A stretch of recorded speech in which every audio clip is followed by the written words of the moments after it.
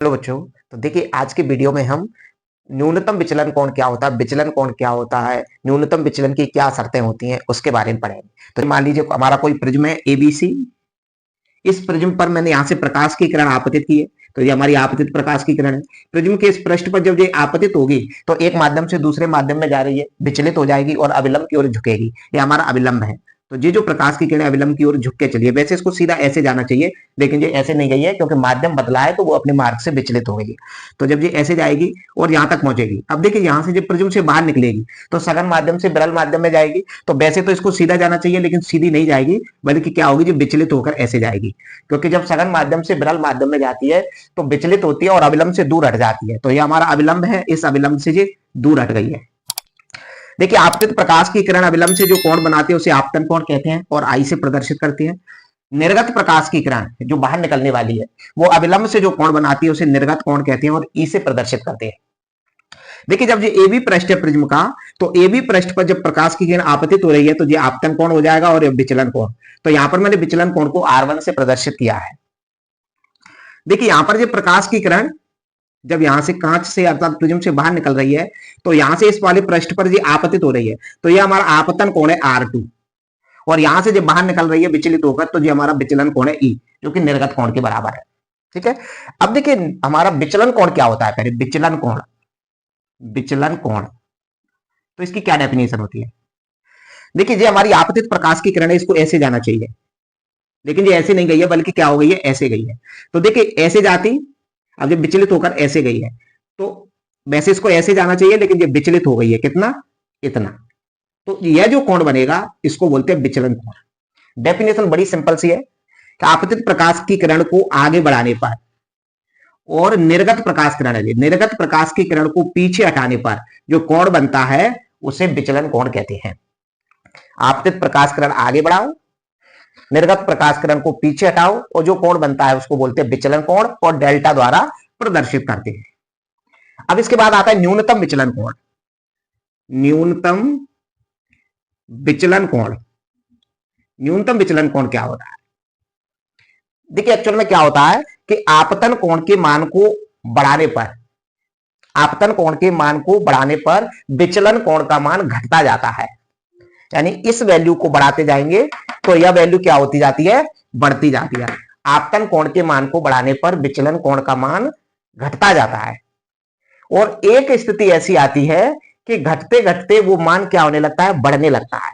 तो घटकर कहां तक गया था, कुछ इस टाइप से देख सकते हैं। जैसे फॉर एग्जांपल एक टेबल से मैं समझा रहा हूं।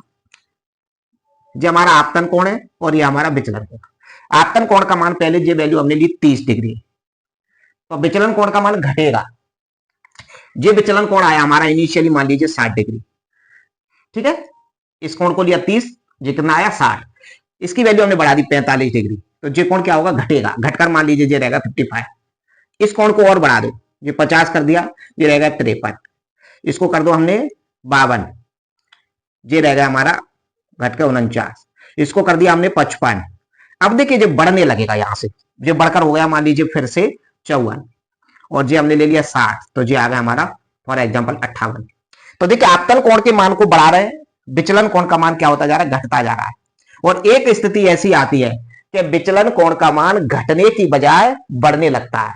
देखिए यहां तक तो ये घटता गया 49 तक, अब जो इसके बाद आपतन कोण का मान बढ़ा रहे हैं तो विचलन कोण का मान बढ़ गया। तो घटते हुए जी मान कितना पहुंच गया, विचलन कोण का न्यूनतम मान कितना मिला, 49 डिग्री।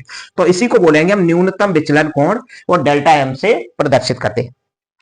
तो इसकी डेफिनेशन बड़ी सिंपल सी है कि आपतन कोण के मान को बढ़ाने पर विचलन कोण का मान घटने लगता है, तथा एक स्थिति ऐसी आती है कि आपतन कोण के मान को बढ़ाने पर विचलन कोण का मान घटने की बजाय बढ़ने लगता है।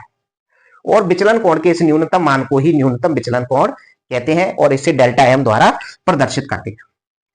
अब जब देखिए प्रिज्म इस स्थिति में पहुंच गया है, यानी कि विचलन कोण का मान न्यूनतम हो गया है, ऐसी स्थिति में रखा हुआ है जी हमारा प्रिज्म, तो इसको बोलते हैं प्रिज्म के न्यूनतम विचलन की स्थिति। अर्थात न्यूनतम विचलन की स्थिति में प्रिज्म, यानी इस स्थिति पर प्रिज्म रखा हुआ है। आपतन कोण 52 और विचलन कोण 49। तो इस स्थिति में कुछ चीजें हमें जो प्राप्त होती हैं वो क्या होती हैं, तो उसको बोलते हैं न्यूनतम विचलन की स्थिति में। यानी प्रिज्म कौन सी स्थिति में रखा है, न्यूनतम विचलन की स्थिति। न्यूनतम विचलन की स्थिति। तो न्यूनतम विचलन की स्थिति होती है तो क्या होता है, देखिए पहली स्थिति न्यूनतम विचलन की स्थिति में यह जो आपतन कोण होता है वो निर्गत कोण के बराबर होता है, यानी आपतन कोण का मान निर्गत कोण के बराबर होता है। तो न्यूनतम विचलन की स्थिति में पहली शर्त हमें ये प्राप्त होती है। दूसरी, जब प्रिज्म न्यूनतम विचलन की स्थिति में होता है तो ये प्रिज्म का आधार है और ये अपवर्तित प्रकाश किरण, ये दोनों कैसी होती हैं, समांतर होती हैं, यानी कि अपवर्तित प्रकाश की किरण प्रिज्म के आधार के समानांतर होती है। ये हमारी दूसरी स्थिति है, अपवर्तित प्रकाश किरण और प्रिज्म का आधार एक दूसरे के समांतर होता है। तीसरी शर्त क्या होती है, जब प्रिज्म न्यूनतम विचलन की स्थिति में होता है तो आपतित प्रकाश किरण और निर्गत प्रकाश किरण प्रिज्म के अपवर्तक पृष्ठों से समान कोण पर झुकी होती हैं। निर्गत प्रकाश किरण प्रिज्म के पृष्ठों से, जो अपवर्तक पृष्ठ है, अपवर्तक पृष्ठों से समान कोण पर झुकी होती हैं। ये दोनों मतलब ये कोण हमारे बराबर होती है, अर्थात R1 बराबर R2। इसको सॉल्व करके निकल के आते हैं। तो न्यूनतम विचलन की स्थिति में ये तीन शर्तें हमें प्राप्त होती है। यदि आपको मेरा वीडियो पसंद आया है तो मेरे चैनल को सब्सक्राइब करें, कमेंट करें, दोस्तों में शेयर करें, वीडियो को लाइक करें। तब तक गुड बाय, टेक केयर, मिलते हैं फिर नई एक वीडियो।